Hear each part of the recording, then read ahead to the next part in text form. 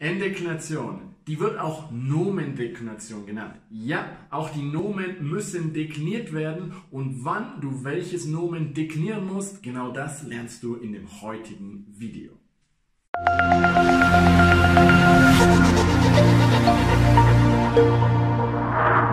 Hallo, mein Name ist Jan und ich bin dein Lehrer hier auf Easy Deutsch. Auf meinem Kanal zeige ich dir, wie die deutsche Grammatik funktioniert.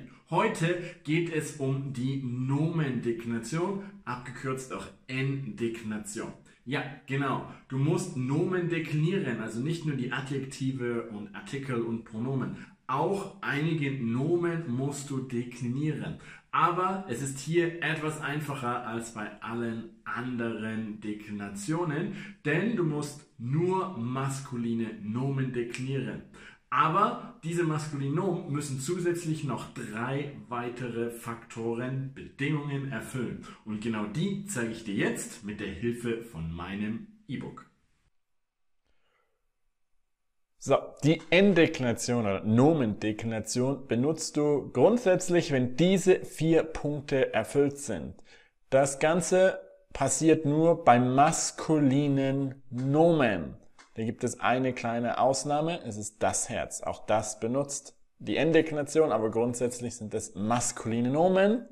Und der Plural muss auf N oder EN enden. Es muss ein Lebewesen sein, also eine Person oder ein Tier. Und es muss Dativ, Akkusativ oder Genitiv sein, also kein Nominativ.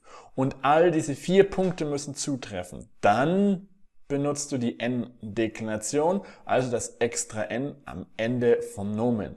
Schauen wir uns das nochmal an, wie du das am besten Schritt für Schritt machst, worauf du achten solltest.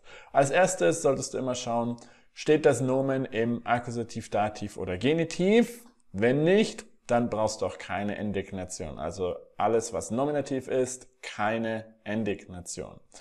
Hier, der Franzose ist freundlich, der Franzose ist Nominativ, also keine Endeklination. Hier im zweiten Beispiel, der Deutsche gibt dem Franzosen einen Tipp. Der Deutsche ist Nominativ, hier also keine Endeklination. Bei den 2 wissen wir das aber noch nicht, also gehen wir weiter zu Schritt 2. Ist es eine Person oder ein Tier? Wenn nicht, keine Endeklination. Also hier, das war schon Nominativ, keine Endeklination. Franzose, das ist eine Person oder, ja, eine Person, kein Tier.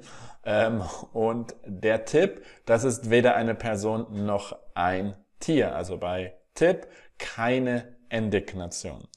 Und Schritt 3 ist das Nomen maskulin und Singular.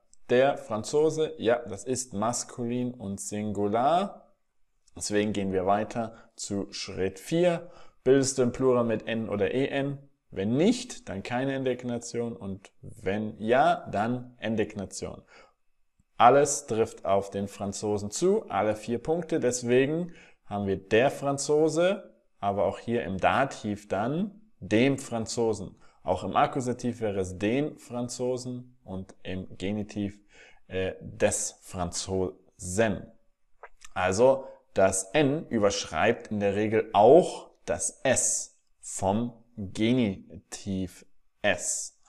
Und es gibt davon leider ein paar Ausnahmen, auf die ich jetzt nicht ganz genau eingehe.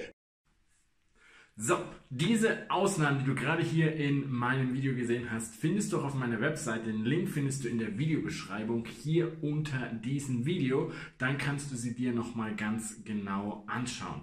Alternativ würde ich dir auch empfehlen, schau einfach mal in meiner Akademie vorbei, denn dort findest du neben Übungen zu allen Themen auch alle PDFs, die ich hier für die Videos benutze und zusätzlich noch alle meine E-Books und Online-Kurse. Also, worauf wartest du? Schau jetzt in meiner Akademie vorbei und dann beenden wir gemeinsam deine Probleme mit der deutschen Grammatik.